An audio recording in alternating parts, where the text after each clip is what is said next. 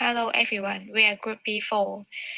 Our presentation topic for today is spontaneous vaginal childbirth and planned operative delivery. This is the content page for today's presentation. We will first introduce the background and the indication and the procedure of both delivery methods. Then we will analyze the benefit and risk for both methods. And at the end, we will provide a Q&A section. For background, I will introduce spontaneous vaginal delivery and planned operative delivery. Spontaneous vaginal delivery is the method of childbirth most health experts recommend for pregnant women whose baby have reached full term. Compared to other methods of childbirth, such as a cesarean delivery and induced labor, it is the simplest kind of delivery process. A spontaneous vaginal delivery is a vaginal delivery that happens on its own without requiring doctor to use tools to help pulling the baby out. And cesarean section is the planned operative delivery. It is the surgical delivery of a baby through incision made in the mother's abdomen and uterus. This incision made in the skin may be up and down vertical, which this incision extends from the belly button to the pubic hairline, or across from side to side horizontal, which this incision extends across the pubic hairline. And this method is often because his heel swell and there is less bleeding. For indication for spontaneous vaginal delivery, it is suitable for pregnant women who will give birth between 37 and 42 weeks of pregnancy. Moreover, pregnant women with low identified risk factor for complication, either for themselves or their baby, as the onset of labor, I recommend to have spontaneous vaginal delivery. For example, there is no prolonged labor, no untreated HIV infection, no herpes virus with active lesion, no previous cesarean deliveries, no previous sterile surgeries. As a result, pregnant women with low-risk pregnancy and their baby in head-down position are recommended to have spontaneous vaginal delivery. For indication for cesarean section, ICD-10 codes for indication of cesarean section are grouped into 10 subclasses. The first one is hypertensive disorder, such as gestational hypertension, preeclamptic toxemia, and eclampsia. The second class is malpresentation, like bitch presentation, and the third class is the disorder of amniotic fluid, like oligohydramnia and polyhydramnia. The fourth classes is antepartum hemorrhage, including placental. The fifth class is post-date pregnancy, and the sixth class is prolonged and obstructed labor, such as cervical pelvic disproportion and failed induction of labor. The seventh class is fatal distress, and this is classified as non-specific fatal distress and fatal distress. Meconian liquor belongs to fatal distress, and the eighth class is previous cesarean delivery. The ninth class is maternal disorder related to pregnancy, including maternal distress, Rh-negative mothers, and retention of urine. The 10th class is general disease complicating pregnancy, such as thalassemia, anemia, and asthma. Moreover, maternal preference are also the indication for cesarean section.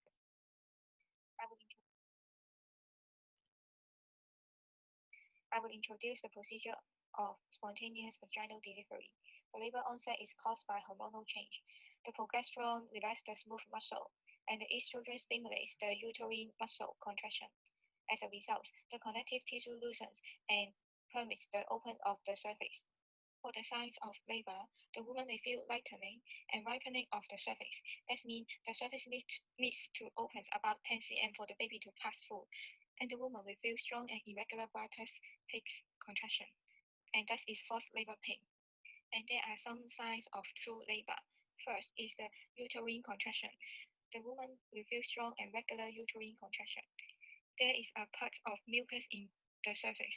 This part will come out before the labor starts. The mucus will pass out through the vagina. This is a small amount of sticky jelly-like pink mucus. Thirdly is the rupture of the membrane.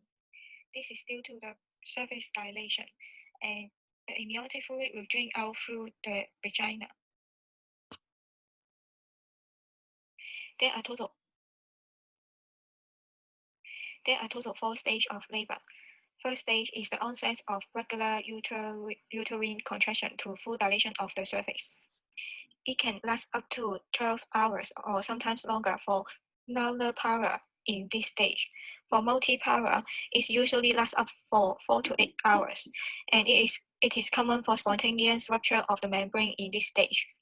For the second stage, is referred to full cervical dilation to the birth of fetus. This stage can last up to 1 hour for power, and for multi-power, it will use shorter times for this stage. The uterine contraction become more powerful and explosive in this stage. The woman can hold the breath to create contraction of abdominal muscle to facilitate the progression of this stage.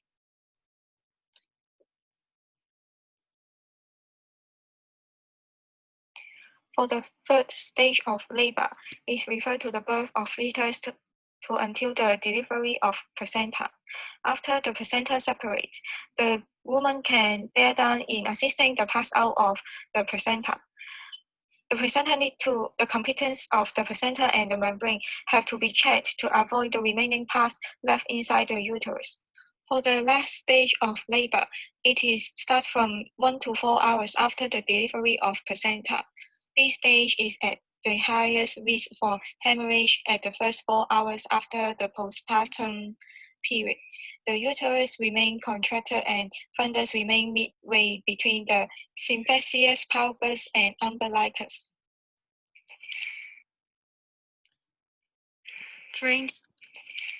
Now I'm going to talk about the procedure for cesarean section. During the cesarean section, most mothers are awake in the operation. They are able to see and hear. The operation is done with regional anesthesia, such as spinal anesthesia, which the mothers will have no feelings from waist down during the operation. The operation usually takes about 40 to 50 minutes. For the pre-operation, mothers should not have oral intake 8 hours before. They should shower with antiseptic soap at night before and the morning before. They should not shave public hair by themselves as it may increase the risk of infection. At the hospital, nurses should help mothers to insert the urinary catheter to draw urine and keep the bladder empty during the operation. An intravenous line should also provide to the mothers for providing fluid and medication and prevent fluid and electrolyte imbalance. During the operation, first step is to administer the anesthesia. After the effects of anesthesia, a horizontal incision will be made in the skin and the abdominal wall and uterus. Side-to-side cut will be used as to rupture the amniotic sac surrounding the baby. After that, the baby can be removed from the uterus and cut the umbilical cord of the baby. Then the placenta should be removed. Lastly, close the incision in the skin and uterus with stitches and examine the baby, then give them back to the mother for skin-to-skin contact.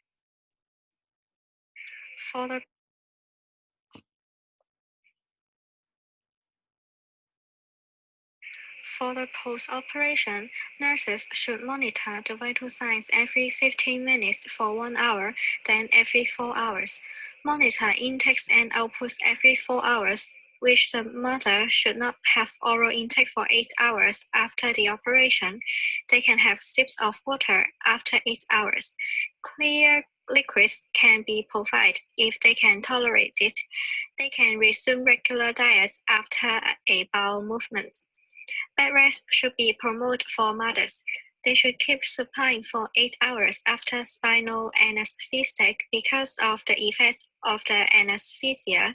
Their lower limbs might not move shortly. Promote coughing technique to cover the incision sites when coughing to prevent bleeding. Lastly is the pain control. Nurses should assess mother's pain level frequently to provide appropriate nursing interventions. They can also administer analgesics for mothers as orders. First, the benefits of spontaneous vaginal childbirth in point of view of mother. According to research conducted in USA, women who give birth vaginally may spend less time in hospital and recover faster compared with the operated delivery. Women who undergo vaginal birth avoid having major surgery and its associated risks, such as severe bleeding, scarring, infection, reaction to anesthesia, and more long-lasting pain. Therefore, she is so much more able to care for herself and the baby and may begin breastfeeding sooner after delivery. Also, the cost for vaginal childbirth is much more lower than operated delivery. According to research According to research mentioned, there is also benefits for babies. During vaginal delivery, muscle involved in process are more likely to squeeze out fluid found in newborn's lung, which is beneficial because it makes baby less likely to suffer breathing problem at birth. Baby born vaginally also receive an early dose of good bacteria as they travel through their mother's birth canal, which may boost their immune system and protect the intestinal tract. Besides the benefits, there are also some risks for spontaneous vaginal childbirth. During delivery, skin and tissues around the vagina can stretch and tear while the fetus move through the birth canal. If stretching and tearing is severe, a woman may need stitches or this could cause weaknesses or injury to pelvic muscles that control her urine and bowel function. Some study has found that women who have delivered vaginally are more likely to have problems with bowel or urinary incontinence than women who have had operated delivery. They may also more prone to leak urine when they cough, sneeze, or laugh. After vaginal delivery, a woman may also experience pain in the area between her vagina and anus. Next, we'll move forward to discuss the benefits and risks of the planned operative delivery. First, the benefit. It is a safer delivery method for delivered twins or other multiples, and safer choice for patients have medical conditions such as diabetes or high blood pressure. Also, it helps to deliver a very large baby in a mother with a small pelvis, or lower the risk if the baby is not a head down position or an effort to turn the babies into this position before birth have been unsuccessful. As the operation can be scheduled in advance, it makes more convenient and predictable. Finally, for the risk for planned operative delivery, mother may have longer recovery time and hospitalization period, as more pain and discomfort in her abdomen, skin, and nerve surrounding, and result in delayed breastfeeding after her delivery. Also, it may increase women's risk for more physical complaints following delivery, such as pain or infection at the site of incision. As the planned operative delivery is equal to undergoing a surgery, so it will increase the risk of blood loss and greater risk of infection. The bowel or bladder can be injured during the operation or a blood clot may form. Greater risk for further pregnancy complications such as placental abnormalities and uterine rupture, which is when the uterus tear along the scar line from a previous. If the mother received CS before, there are some implications for further pregnancy and birth. For the positive implications, the mother may have lower risk of medical abortion, prolonged pregnancy, and abnormal force of labor. It can also prevent the preterm labor of the infants. In addition to some positive implications, there are some negative implications too. It will increase the risk of pregnancy-induced maternal disorders, including gestational edema and proteinuria without hypertension, gestational hypertension with or without proteinuria, polyhydramnios, and placenta previa. The risk of pregnancy-associated disorder will increase, like having hemorrhage in early pregnancy too. During a labor process, there are some complications like having longer labor time. In a study found that there were more pregnancy women who received vaginal birth after CS, VBAC, associated with longer labor time. VBAC women had higher rate of episiotomy than that of spontaneous vaginal birth last time. Therefore, the successful VBAC rate was lower with 50 to 85%. There were 15% receiving emergency lower segment CS and failing of vaginal birth. That shows that VBAC may affect the mode of birth. If the pregnant wants to give birth with spontaneous vaginal birth, she needs to consider the risk mentioned before. The most severe complication is uterine rupture. This may also affect the infant after birth in second pregnancy, including increased risk of assisted ventilations, lower EBGA score, seizure, frontal distress, and asphyxia-related neonatal death. This problem may increase the neonatal mobility and mortality. This is the end of our presentation. Is there any question about our presentation? What kind of childbirth do you recommend? We recommend spontaneous vaginal birth as it has more benefit than cesarean section delivery, and its benefit outweigh than the risks.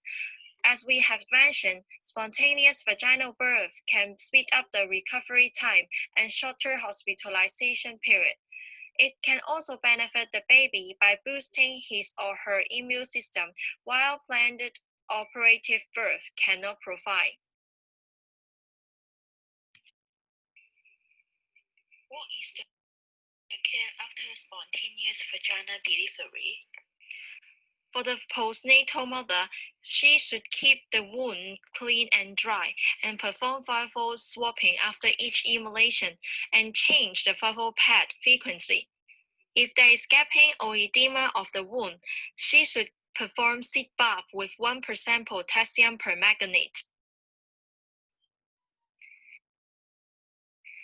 This is the reference page. This is the end of our presentation. Thank you.